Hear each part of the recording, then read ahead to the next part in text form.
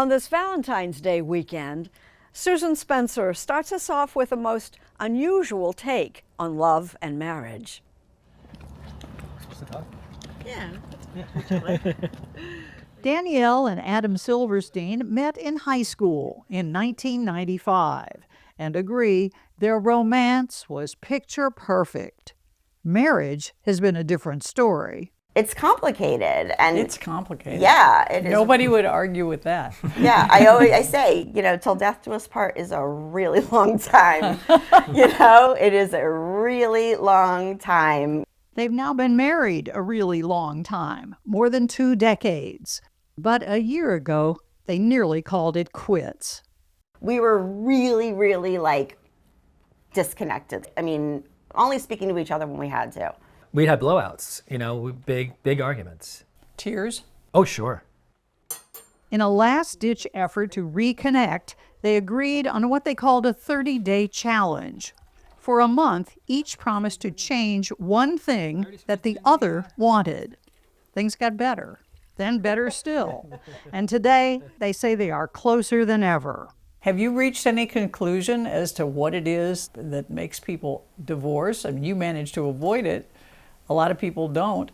I think for us, why we're not, and I don't know about anybody else's relationships, so I can't speak for anybody but us, we just have this bond and connection and unique, I think, love that I don't think can be broken. We've tried many times, Yeah. and it hasn't worked. They are not unique.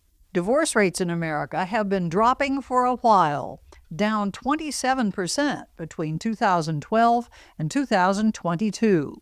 For so many, it's been their life. Couples therapist Marissa Nelson gives her profession some of the credit.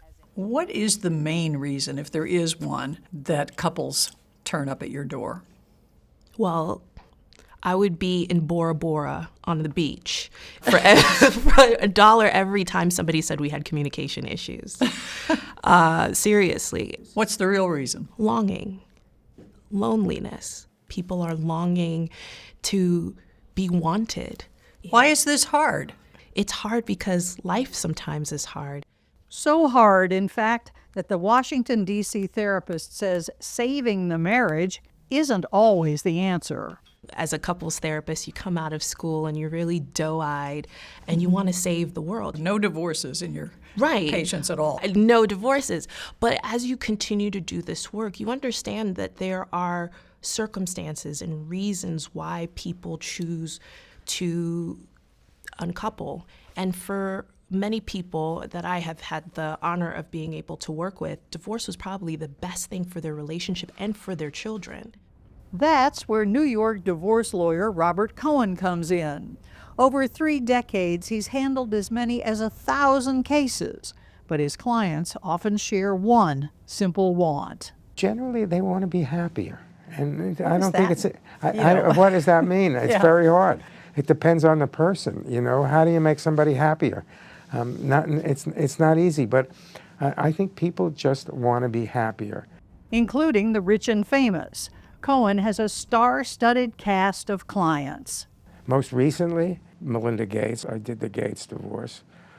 I did Chris Rock's divorce. I helped Tracy Morgan through his divorce. James Gandolfini from The Sopranos. I'm looking over at who I have photographs with. Oh, I did the Christy Brinkley divorce. Wow. I tried that case in Long Island. Since divorce has built his career, it's shocking to learn how he really feels about it.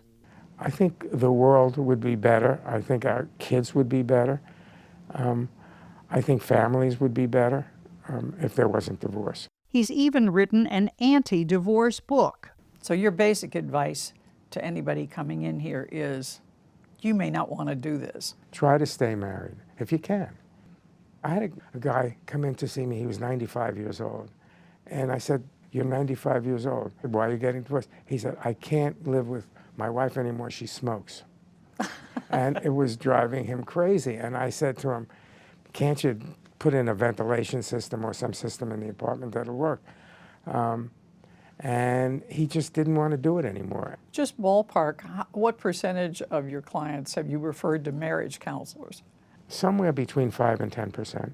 That's pretty healthy. I think it is. It's not going to bring me to the poorhouse, but it's going to be a good thing for them. I'm not worried about about that part of it, actually. You're not worried about putting yourself out of business. I'm not. I'm not. And you say, because you'll come home and I'm going to be in pajamas. That's my point. Oh, You'd be that's like, why you need to "Are tell you me at kidding 12 me?" o'clock. 12 o'clock. Okay. Or whatever. Oh, Meanwhile, the now happy Silversteins have gone from needing marital advice to giving it in their wildly successful podcast. Hey, everybody. Welcome to Marriage or Martinis. I'm Adam. Here's Danielle. Hi. For people who haven't heard it, how would you describe your podcast? Explicit. Recorded weekly in their New Jersey home, it's an uncensored, intimate look at their marriage, good and bad. I need me some romance too, right? Okay, but I don't know what that means. I explained it last time. Would you forget? No, you didn't. They even fight on the air. Oh, yeah. We've actually, at some points, we've had to throw off the headphones and pause Go the our separate ways podcast. for an hour. Yeah. Well, and we've also had to have discussions off the podcast sometimes in the middle of an episode and then go back. But the police have not been involved in this. We're not at that point. Not at that point, no. No, police. That's not when you do it. You would kill me. No, you text me at like... That's not a surprise. But with 8 million downloads, they may have tapped into some universal truths about marriage. What insights have you been able to get from the feedback that you get from this podcast? I think the best feedback that we get is, oh my God, me too. Or, oh my God, us too. So many people are going through the same thing, but nobody talks about it. And talking is key. Just ask Marissa Nelson. Look, we don't get manuals for relationships. I wish we did, but we don't. And I think that when you have two people that come together with different needs, you have to be vigilant and intentional that love and communication is an ongoing process that you're committing to. Sum it up for me. What's the biggest key toward staying together? Not expecting perfect, but trying to be perfect. Does that say it? Yeah, I think it does. I was thinking about it. I think it does say it.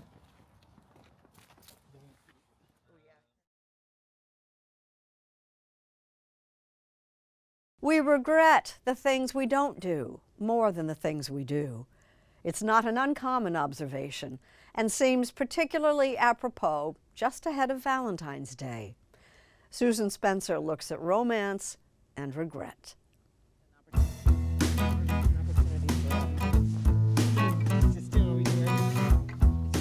Strolling with her partner on the Brooklyn waterfront, writer Deborah Kopeikin looks happy and in love. But she admits to a few romantic regrets along the way. I can't imagine a single human being alive today who has had at least one relationship who doesn't regret something. Kopeikin, now 57, says one of her big regrets goes back to when she was just 22. So tell me the story of the one that got away. Back in 1989, I was in Jamaica and I met a young man. And after a week together, I felt like I had fallen in love with him. They briefly had to part ways, he to London to study theater, she to Afghanistan to cover the war. But they soon reunited for 10 romantic days in England. I thought, this guy's it. I am in love. This is the relationship of my lifetime. Alas, it was not to be. He said he was going to come visit me in Paris 2 weeks later. And I was in my apartment waiting around. He never showed up. What do you mean he never showed up? He just never showed up. Back then, of course, there were no cell phones, no internet. He had a very common name, and it's not like you could find somebody back then with a common name, right? So he's just gone. He's gone. He's gone. How did you react to this? I mean, how would you react? I was sad. And I was also confused and heartbroken. Do you think that romantic regret can last a lifetime? Yes, I mean, we see people in their 80s, in their 90s with these romantic regrets. It sticks with people. Romantic regret, like all regret, is universal, says Washington, D.C. author Daniel Pink.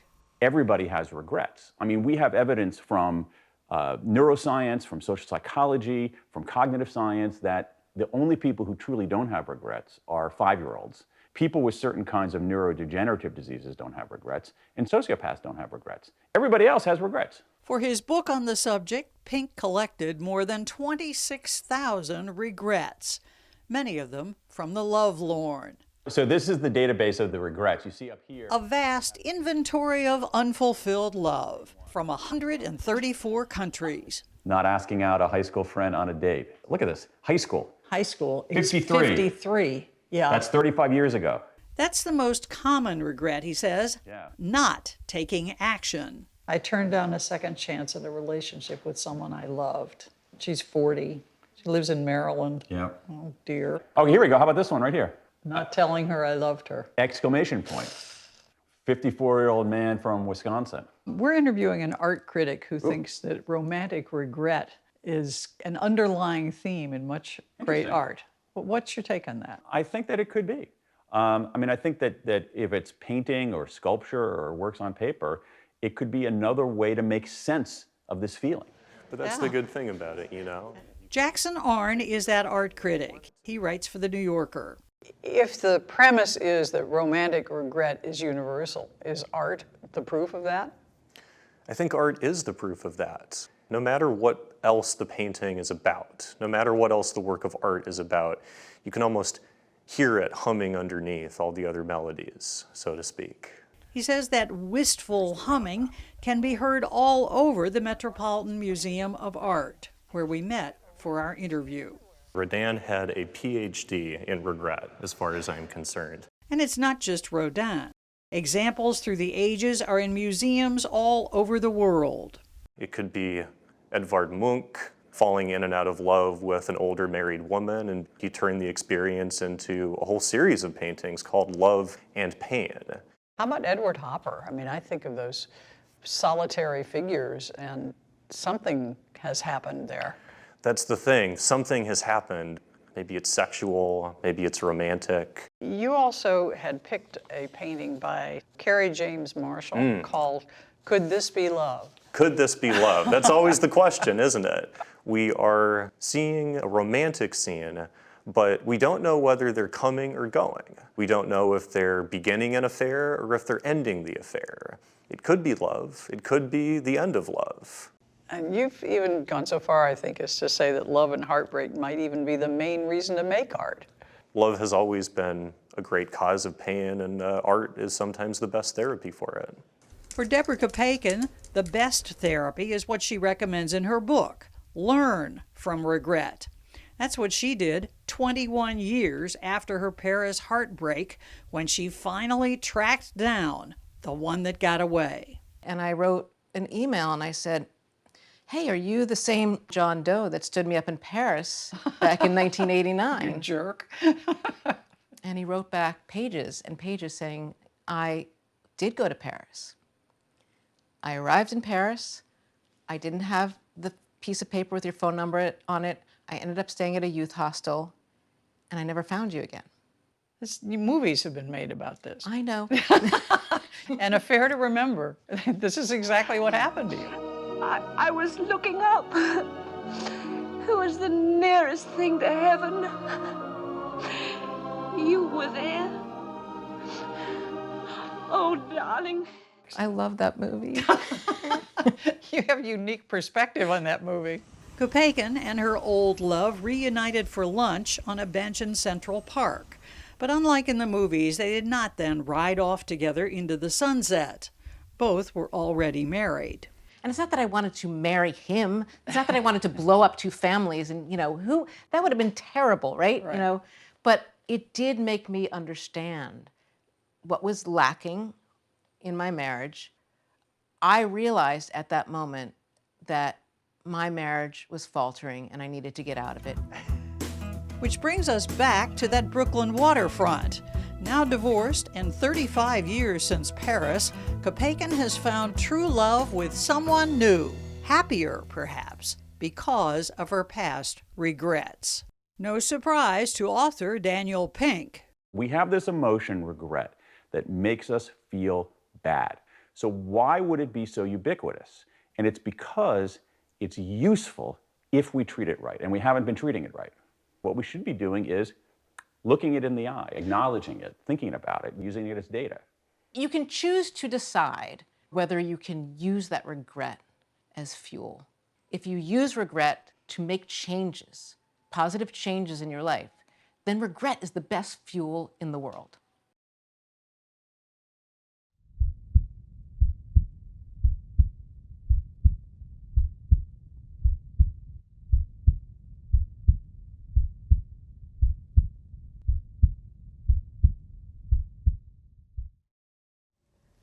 A recent study proclaims happiness is the goal most people aim for but can't attain. With Susan Spencer, we go in search of happiness.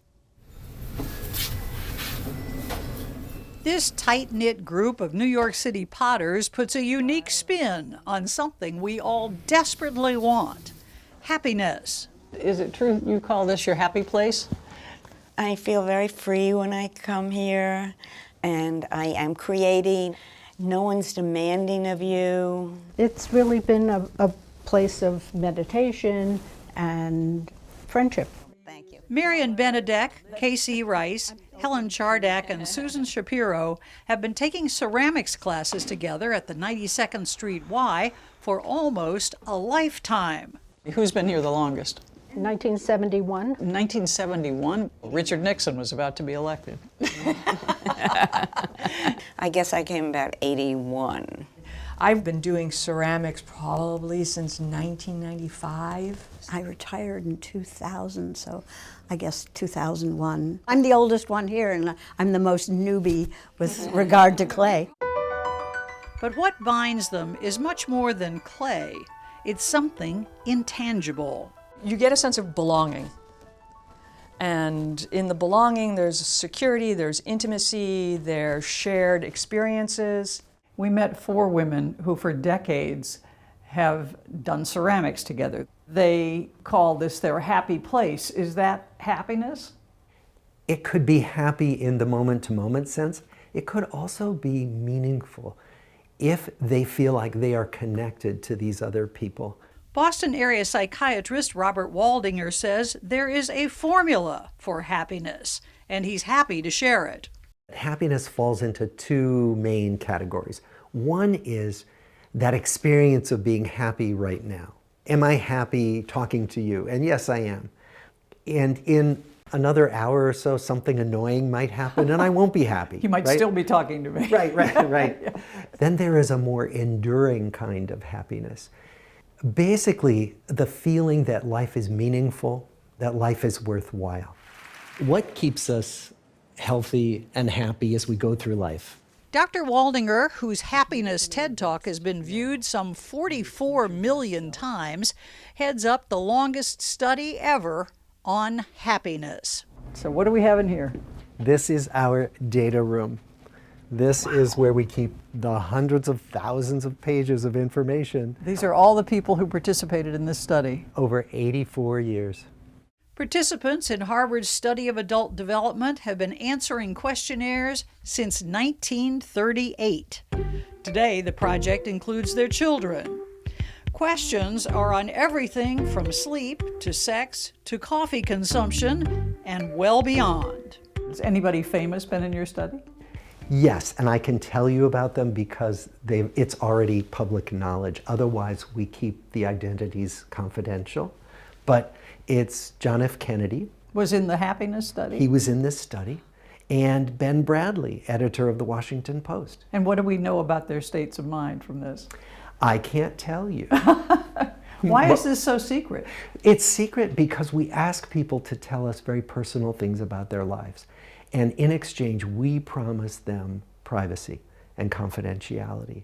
What's not secret is the study's key finding, mapped out in his new book, The Good Life, published by Simon & Schuster, part of our parent company, Paramount Global. Happiness comes, you guessed it, not from money, looks, or fame. True happiness comes from meaningful human relationships. How do you measure a relationship? We think all relationships have some benefit. But the 3 o'clock in the morning relationship, the person you could call if you were really hurting or in trouble, we think everybody needs one of those. At One. least one. At least one. Right? But you could be a shy person. I'm counting, you know. Yeah. Well, and we asked our original participants, who could you call in the middle of the night if you were sick or scared? Some people could list several people. Some people couldn't list anybody. And some of those people who couldn't list anybody were married. Oh dear. Yeah. This is far from just an American problem. Over 300 million adults in the world today live in total loneliness. John Clifton, CEO of Gallup, says its latest polls show loneliness is a major reason that global unhappiness is at an unprecedented high. We're not happy. That's correct. We are experiencing more stress, more sadness, more anger, more physical pain, and more worry than we have in the history of Gallup's tracking. In a recent book, Clifton argues for action, writing that leaders should make their citizens' happiness a top political priority, right up there with, say, economic growth. Worldwide, he does point to a few bright spots. If the way that you define happy is how much fun people have, then the happiest people in the world live in Latin America. And I think they also have shown us the power of social connections and having great friendships. Is it possible to teach someone how to have more friends? It is. It is. In fact, Danielle Byard-Jackson does it for a living.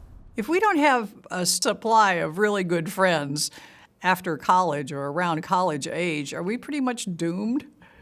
Oh, not at all. As long as you can make it a priority to have one daily meaningful social interaction, you can make a friend anytime. Jackson is a professional friendship coach. She says relationships can take a lot of work and even more time. There is research that finds it takes about 50 hours to make an acquaintance, about 90 hours to make a good friend, and 200 hours to make a best friend. So we've got to clock those hours. And as these four friends happily will tell you, it's well worth it. Can you imagine just suddenly not having this happy place? No. No. No, it would be a huge hole. Really? In my life.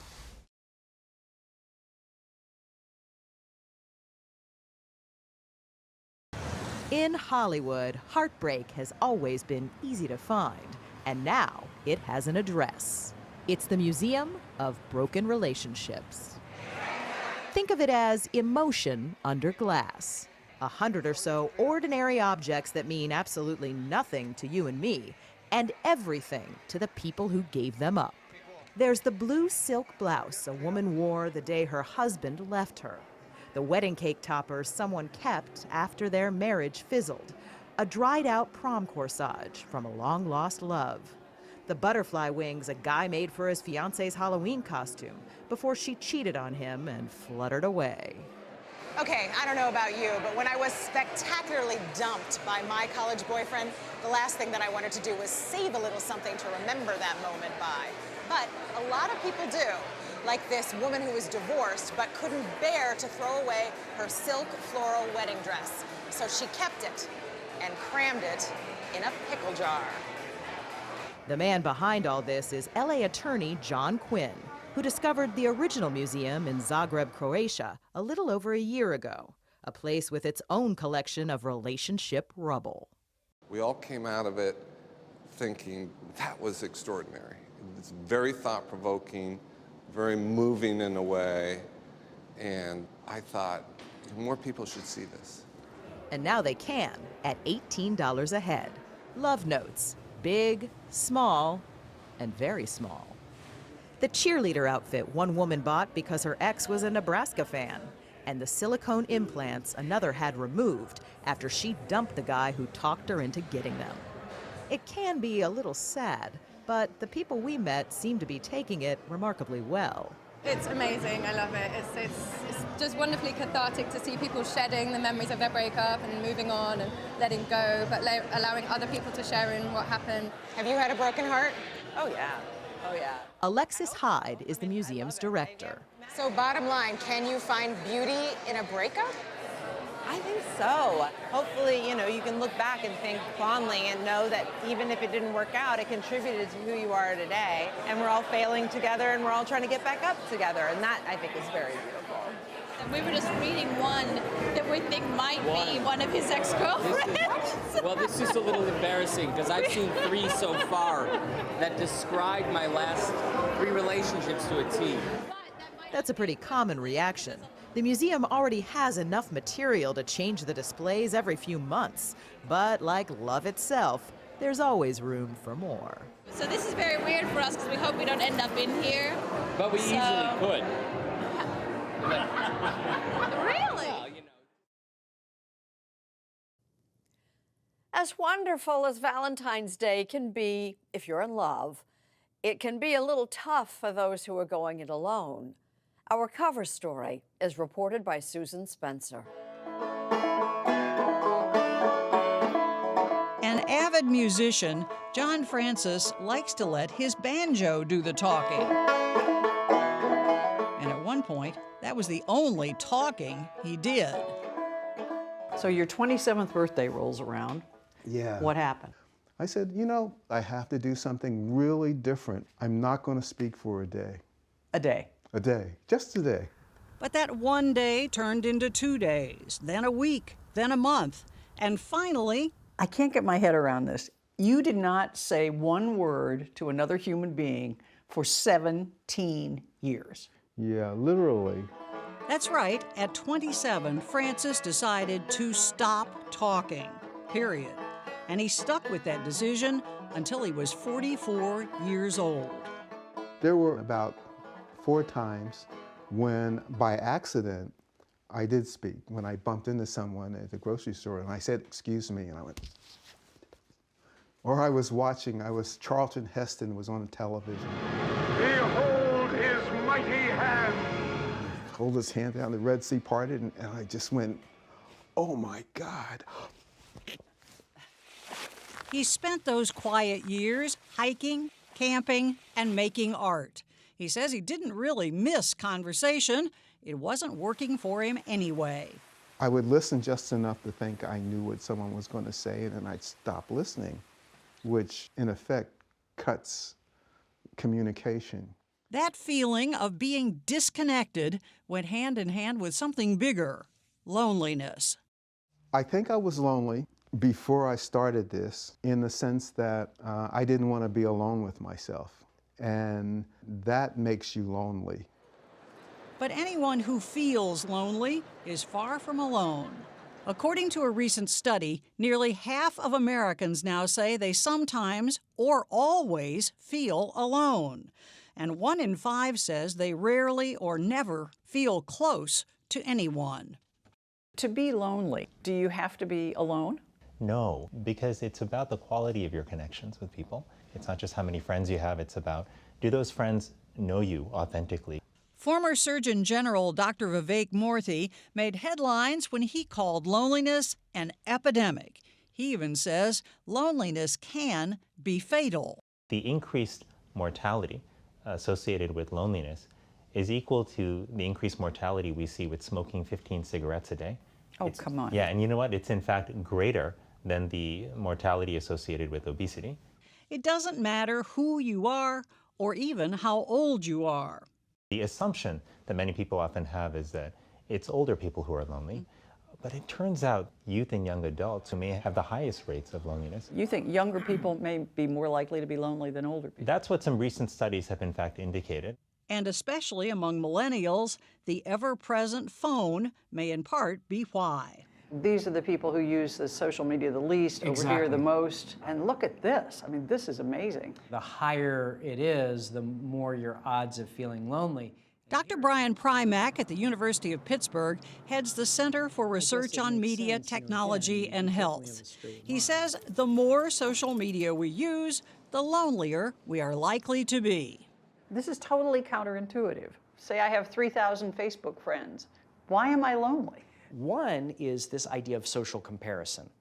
People are able to take 300-400 pictures of themselves and post that one that makes them look like they are that much more thin or that much more attractive or that much more successful.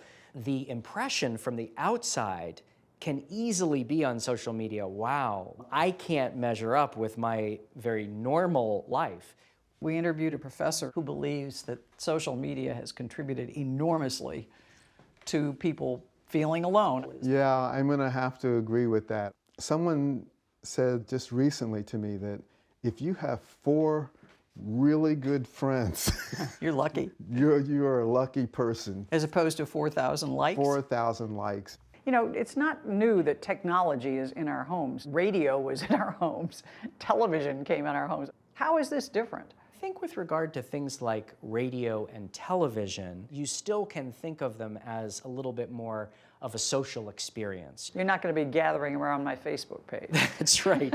Whether or not social media is to blame, loneliness is not unique to this country. The UK government has now developed a minister for loneliness. You're kidding. No. What does the Minister of Loneliness do? Well, the Minister of Loneliness tries to figure out why people are lonely and then figure out what kinds of interventions might help smooth that out. Sounds like a lonely job. If the U.S. had a minister of loneliness, psychotherapist Tracy Rubel might be it. I believe that everybody gets lonely, period. With that in mind, a few times a month, Rubel and her team set up impromptu offices on the streets in San Francisco. You want to be listened to? We're a community listening project. Have a seat. Thank you. Hi. They sit and listen to total strangers for free. When you first proposed this idea, how did your colleagues react? They thought I was crazy. But 4 years later, her project, called Sidewalk Talk, is 3,200 volunteers strong in 48 cities around the world. But most people would think that, well, I don't want to tell a stranger. That actually people open up to strangers more easily than they do to people they know. A few months ago, I had a young guy sit down, and he said to me, I didn't realize, he's just fresh out of college, that work was going to be like this. That I would sit in a cubicle all day, looking at a screen, talking to no one. And he didn't say anything else. He just sat and cried. Ooh. For about 10 minutes. And then he said, great, I feel so much better, thank you. And then he left. Which do you think is lonelier, to be with people and not feel that you're fully communicating, or to actually physically be by yourself? The loneliest that I felt was when I was with someone, but I was still lonely. John Francis started talking again in 1990. That part of his personal journey, he says, was over. I climbed a mountain, and at the bottom of this mountain, I was lonely. And on the way up, I found that, no, you're not lonely, you're just alone. Mm-hmm. It just turned into solitude. And solitude was something that you craved, you wanted, you looked for. Inspired by nature from early on, today, at 72, he's an environmentalist, an author, and remarkably, a compelling public speaker. I said, thank you for being here. My mother, out in the audience, she jumped up, hallelujah, Johnny's talking. Do you get lonely today? I got a wife and 2 kids, and I don't think so. It's the sort of happy ending that all the folks we met would like to see more often. Our social connection is the foundation on which we build healthy and fulfilling lives. I would like people to start to notice how much they need actual connection. We need vitamins, we need vegetables, we need clean air, and we need connection.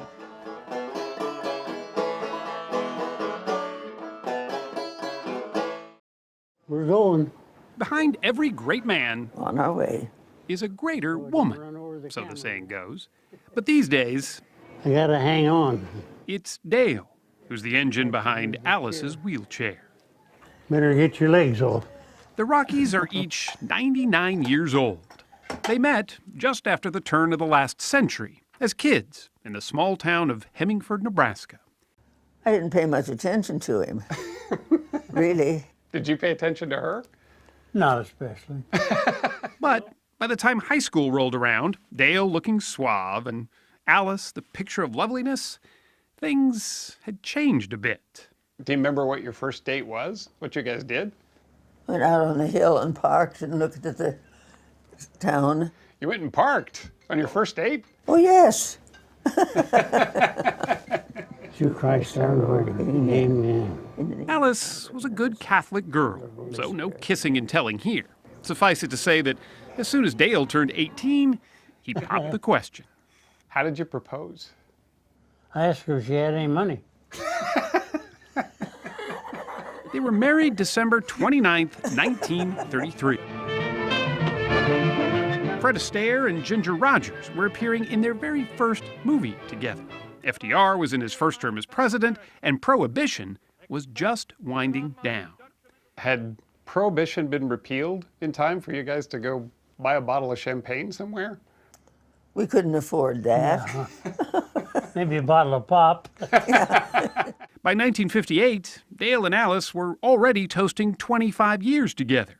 They were still laughing after 40 years in 1973. Pretty good looking couple. They've now made it 81 years. Is there a secret to how you guys have stayed together for so long? What's that? I always let him have my way. You always let him have your way. Very good. This year's longest married couple. It's such an achievement, the faith-based group Worldwide Marriage Encounter crowned the Rockies the longest married couple of 2015. The Rockies were picked from nearly 400 married couples, most nominated by friends and family. 1939, 75 years. Dick and Diane Baumbach thought their marriage of 48 years was long until they founded the Longest Marriage Project 5 years ago. When we saw 83 years, 79 years, it was wow. They don't claim the honor is official, but they hope couples like Dale and Alice serve as a reminder of what a lifelong commitment can look like. Is there a common thread that runs through marriages that last 7 and 8 decades? Yes. Yes. What's that? They do things together, enjoying things together by compromising and having patience with each other, I think. Well, 11. Dale and Alice have 5 sons, including Tom, now 76. 2 for 2. He and his wife Sandy, married 50 years, by the way, visit Dale and Alice at this skilled care facility outside of Kansas City. This has been a busy day. Alice's health demanded she come here, but Dale didn't have to.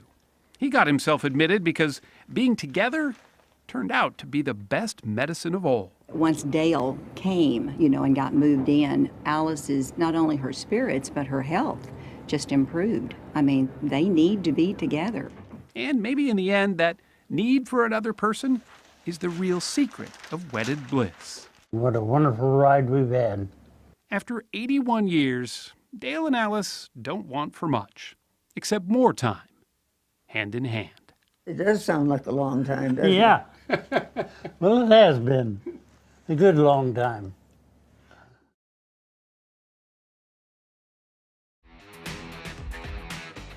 America is a land of vast, open spaces, best explored 1 mile at a time.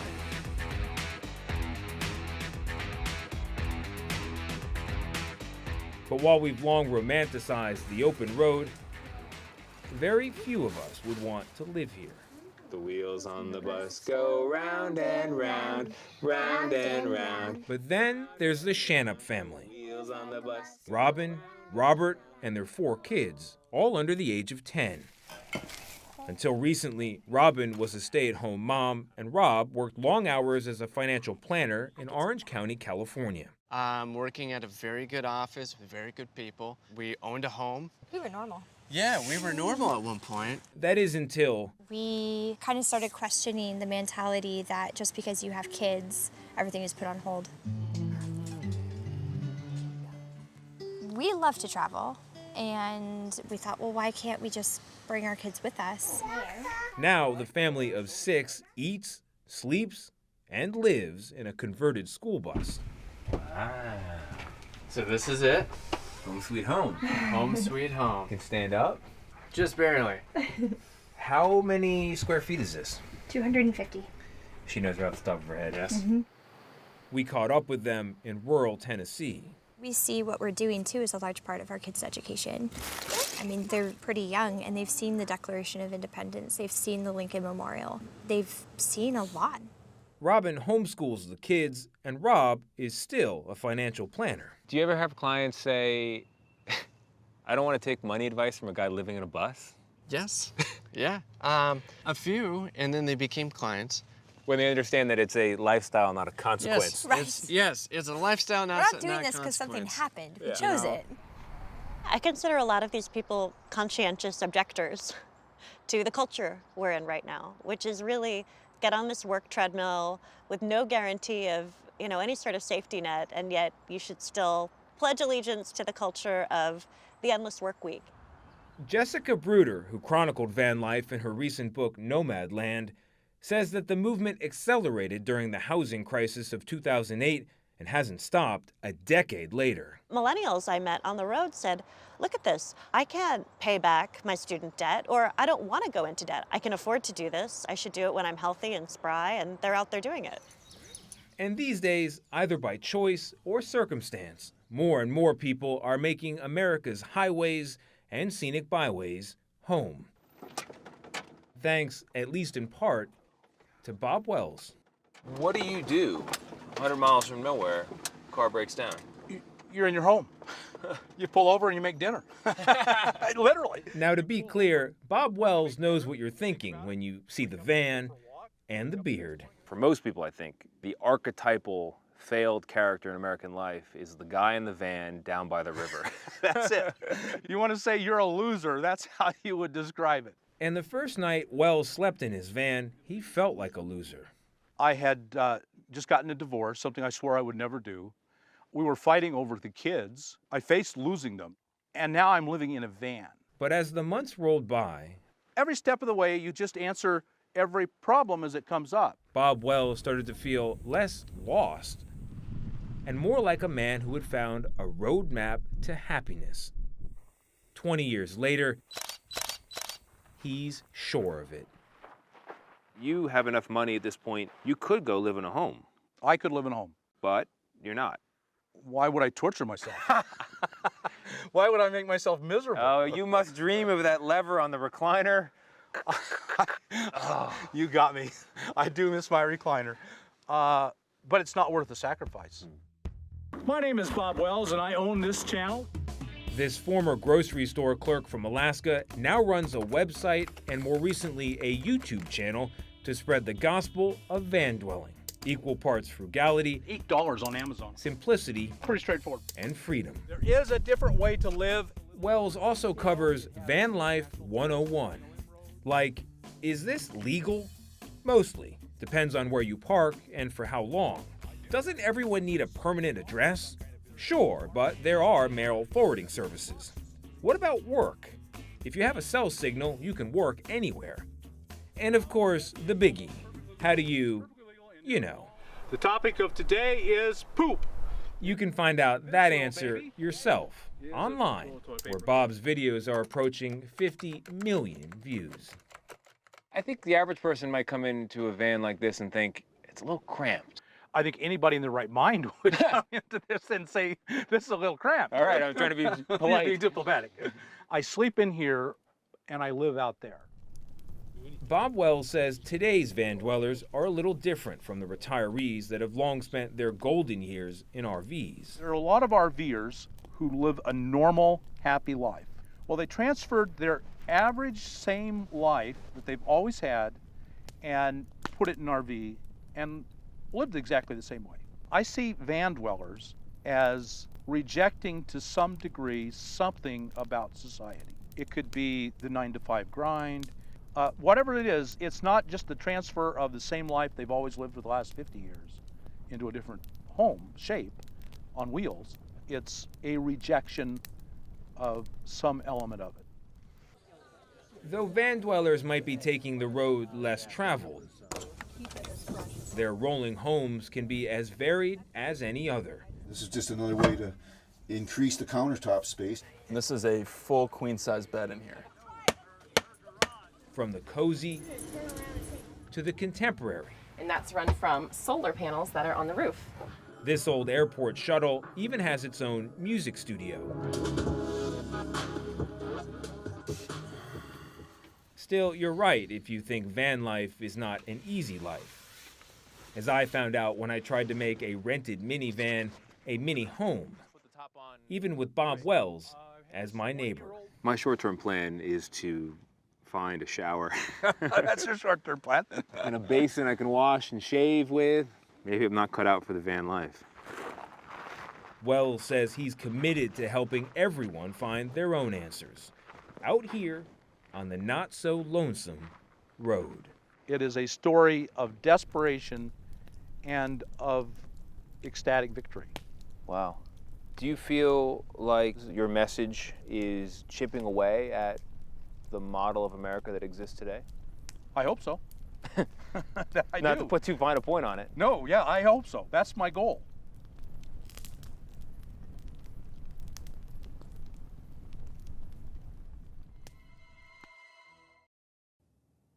Much to the surprise of our Luke Burbank, birthday parties aren't the only events that can feature the element of surprise. I don't think it'll quite feel like it's actually happening until I put the dress on.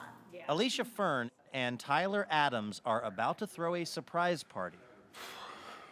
And the tension is palpable. How are you guys feeling? Excited. Excited, a little nervous. Yeah. If they seem a little extra nervous, it's understandable because this isn't just any surprise party, it's a surprise wedding. Surprise, we're getting married. Oh, by the way, he died a few minutes ago. When we first met, back in April, in Chardon, Ohio, How you doing? the couple was trying to figure out how to keep the big reveal a secret, with help from their wedding planner, Diana Warner. These are the windows that we're going to be blocking off. Yeah. Now, you might be asking yourself, why exactly would someone throw a surprise wedding in the first place? I hear all these stories about my mom wants me to do this, and my dad wants me to do this, and you know, my bridesmaids are fighting, and I have no time or care to deal with any of that.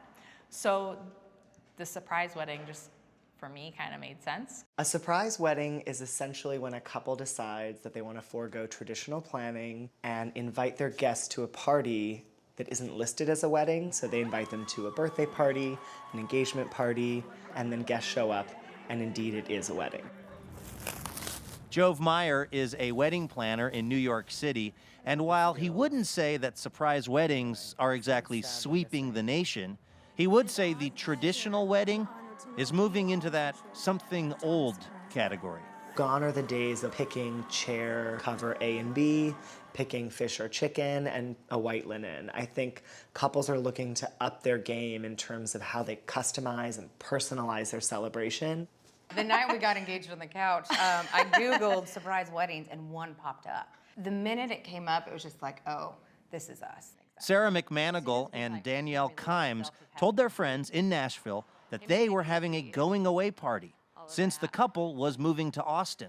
I like a party, and she loves presents, so that's a win-win all the way around. Although at the surprise wedding, she did get a little shafted on the present. That's what I was going to say. Shafted on presents, maybe, but not on the reaction from the guests when they learned this going-away party was actually a wedding. We're getting married.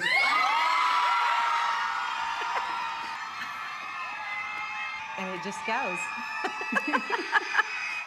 This is a long, sustained cheer. Sheer joy, Luke. Oh my gosh. It was powerful. I mean, you kind of tear up. It's emotional. That's exactly the kind of response Tyler Adams and Alicia Fern were hoping for back at their big reveal in Ohio. So it's finally the big day, and in a matter of moments, guests are going to show up coming through these doors, and they think they're here for an engagement party. Midway through the party, they're going to find out this is actually a wedding. Our job is to not ruin the surprise. So we'll see how that goes. After taking their wedding photos, Alicia and Tyler changed into less suspicious outfits. And then, at 4:30 p.m., it was time. Okay, everybody, we're ready to go inside. So if you guys want to come gather around.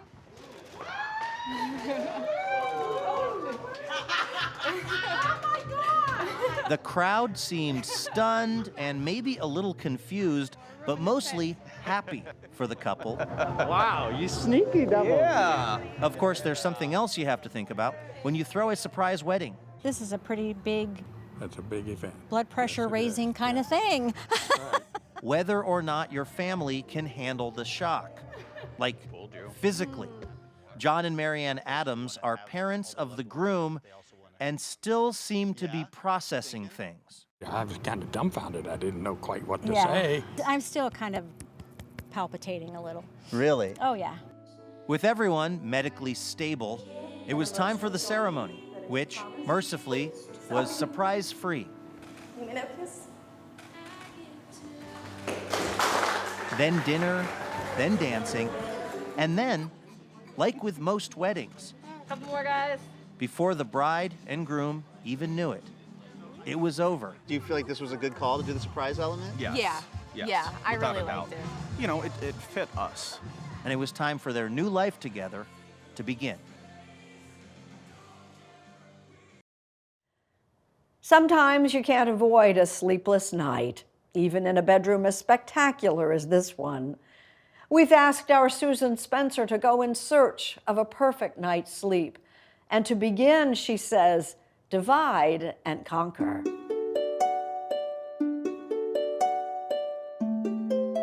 Here's more of your pink.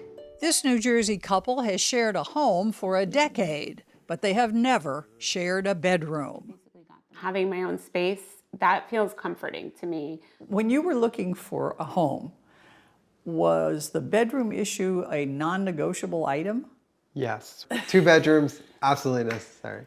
Freelance writer Rachel Kramer-Bussell and abstract painter Drew Griffiths agree. This is a mess. It is a mess. Sleeping apart means sleeping better, but they don't agree on a whole lot else. This is your place, right? This is my room for sure. How would you react if you had to sleep in his room? I could do it for a night, but I think more than one night I would be like, where's my stuff? I like a very empty, clean bed. When I have nothing in the bed, it feels weird to me. I like cool. If I could figure out how to like pump air conditioning through my pillow at all times, I probably would. I like to be very warm. Like I wear pajamas, sometimes I wear a sweater over pajamas. I have a weighted blanket and a quilt, and then sometimes I put another blanket over my shoulders. Everything you said, you just diametrically opposed. Yet they're not alone in sleeping alone. According to a recent survey, 1 in 5 American couples keep separate bedrooms. You know, when people hear separate beds, you know what they think. Yes. Oh, that we're not Intimate. madly in love with each other? That's one thing. Yeah. No. And they think, what about sex? Well, that's what my room's for. Yes. I think in our society there's a stigma around sleeping apart, almost as if, if you don't sleep in the same bed, there must be something wrong with your relationship. But there's no reason why you have to share the same surface while you're unconscious for 7 hours. Maybe not, but Jade Wu, a Duke University sleep specialist who's written a book on insomnia, says patients are frequently surprised by her advice. How often do you actually recommend to couples that they sleep apart? About 24% of the patients I have, the number one red flag for me is when a middle-aged or older woman tells me that her husband snores like a freight train. That must happen every day, many times. Which brings us back to Rachel and Drew, who say snoring is one more reason they sleep apart. But at the end of the day, sleeping apart may be what's kept them together. Can you ever foresee a day when you would walk into your one beautiful bedroom and you had to share? I mean, not if we have a choice. I think it would be too jarring for each of us to give up our separate spaces. They're like sanctuaries. Definitely.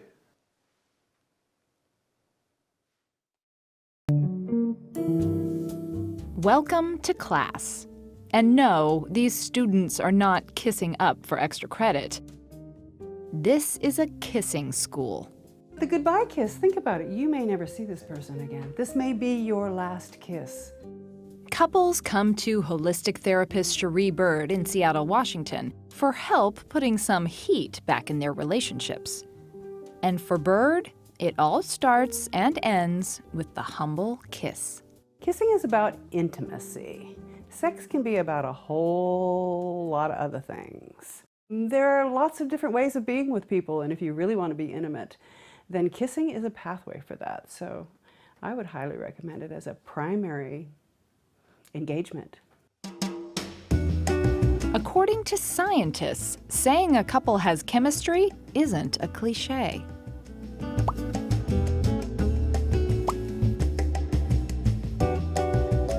At the moment of a kiss, there's a very complicated exchange of information involving tactile cues and postural adjustments and odors and even the exchange of saliva. Gordon Gallup Jr. is an evolutionary psychologist at the State University of New York at Albany. There may be hardwired, evolved mechanisms operating at an unconscious level that process these cues and make a determination about whether that's a good genetic match. Whether we're aware of it, a kiss can be a litmus test, or lipmus test, for finding a mate. Kissing is so efficient Kissing is very efficient. from an evolutionary point of view.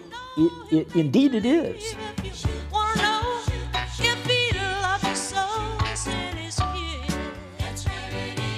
I guess Betty Everett had it right when she said it's in his kiss, right? That song? Absolutely, it's in his kiss. And it's in her kiss as well. Gallup has surveyed thousands of college students, and he's found that a kiss on a first date can be the kiss of death. What we discovered was that the vast majority of males and females, on one or more occasions, have found themselves attracted to someone, only to discover if they kissed them for the first time that they're no longer interested. Oh, I know that feeling. Yeah. I know that feeling as well. What interests experts about kissing is its seeming universality. It's estimated over 90% of human cultures around the world kiss as part of their courtship. The first example of a kiss and tell comes to us from ancient India. Our first literary evidence for kissing dates back about 3,500 years. Cheryl Kirschenbaum wrote the book on the science of kissing. So we know people have been kissing as we'd recognize it for quite some time. But when we look at other species, when we look at bonobos or chimpanzees or other animals that do press their lips together, we get a sense that humans aren't alone in this kind of behavior. We've probably been kissing in some way for as long as we've been on Earth. Although we almost all kiss, men and women do seem to kiss differently. Males attempt to, more often than females, engage in open mouth kissing with tongue contact. Open mouth kissing with tongue contact is 3 times more likely to eventuate in sex than closed mouth kissing. Saliva contains trace amounts of testosterone. This may raise testosterone levels on the part of the female and therefore make her more receptive to sexual activity. Another reason to swap spit? There's an exchange of bacteria between the participants. As much as 80 million bacteria are exchanged between the two parties. Catching someone's cooties can be a boon to your immune system. So it turns out that the kiss may be one of human history's most enduring love stories and mysteries. Because, as scientists tell us, we still have a lot to learn about why a kiss isn't just a kiss. Still, Gallup has one piece of advice for the lovelorn. Well, I'm tempted to say if you kiss enough frogs, you'll eventually find a prince. And is this true scientifically? I think it is.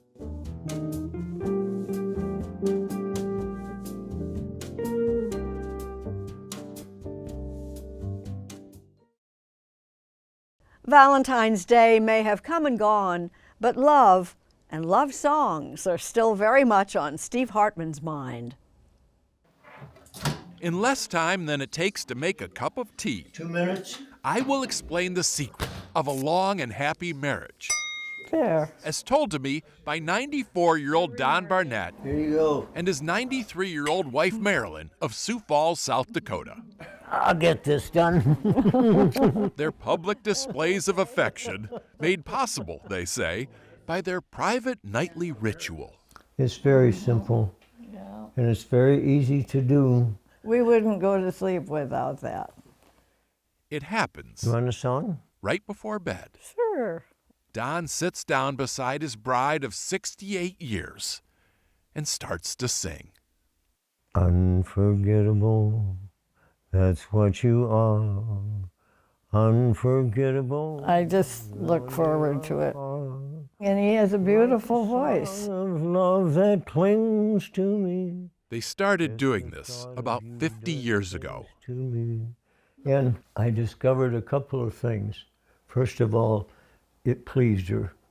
And secondly, it calmed us. And if we had a disagreement or something before, it was gone by the time we went to sleep. A magical musical elixir You got it. that their son Doug says happens without fail. Whether they're here or in a hotel room or in the hospital. Doesn't matter. I'm not aware that they ever miss it. Last month, Marilyn fell and broke her hip. And sure enough, her nightly serenade continued without skipping a beat. It's when we're dancing. When you sing to your spouse, she realizes you really care enough to go out of your way rather than just saying, "Good night, honey." 31 across. This Valentine's weekend, couples will be searching for just the right words to show their love. Yeah, that works. But for Don and Marilyn, there's nothing to say Unforgettable too. that can't be sung.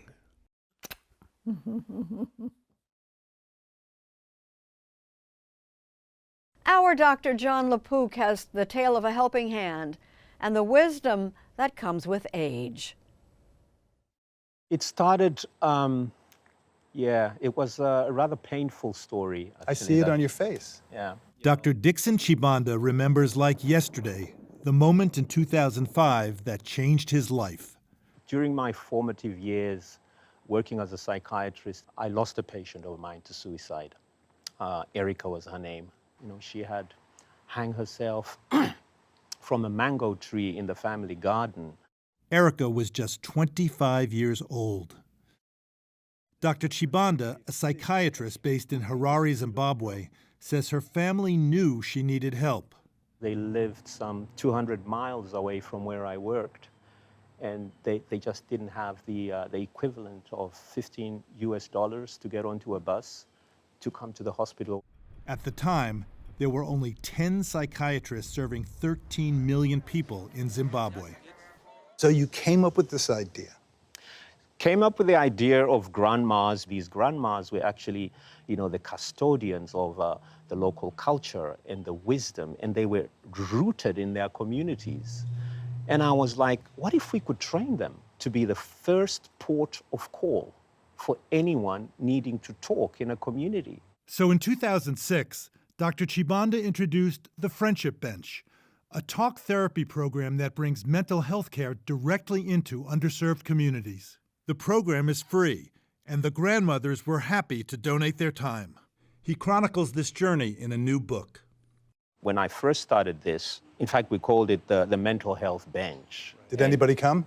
Interestingly, nobody came to the mental health bench, John, Because of the stigma? Because of the stigma, until the grandmas said, why don't you turn it into a friendship bench? Genius.